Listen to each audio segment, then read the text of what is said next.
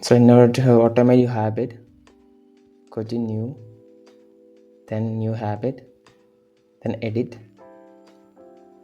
then add the habit you want to have in your goal.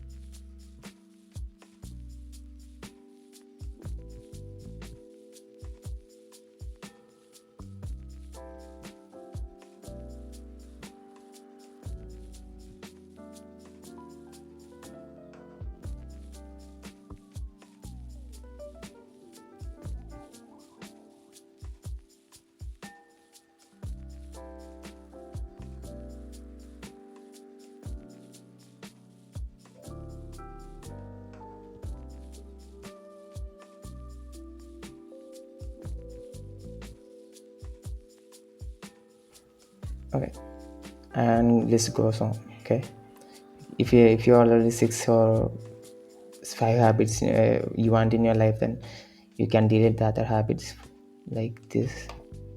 You can delete property. Okay, and after that, come here again and edit option, and then repeat daily, and select the time you want to show, how many times you want to show this in one day. Set that here, which is one, and then add the date here and the time to want to show up. That's it, and then save. Here we don't have to save this because I'm just doing it's a tutorial, so I just turn off.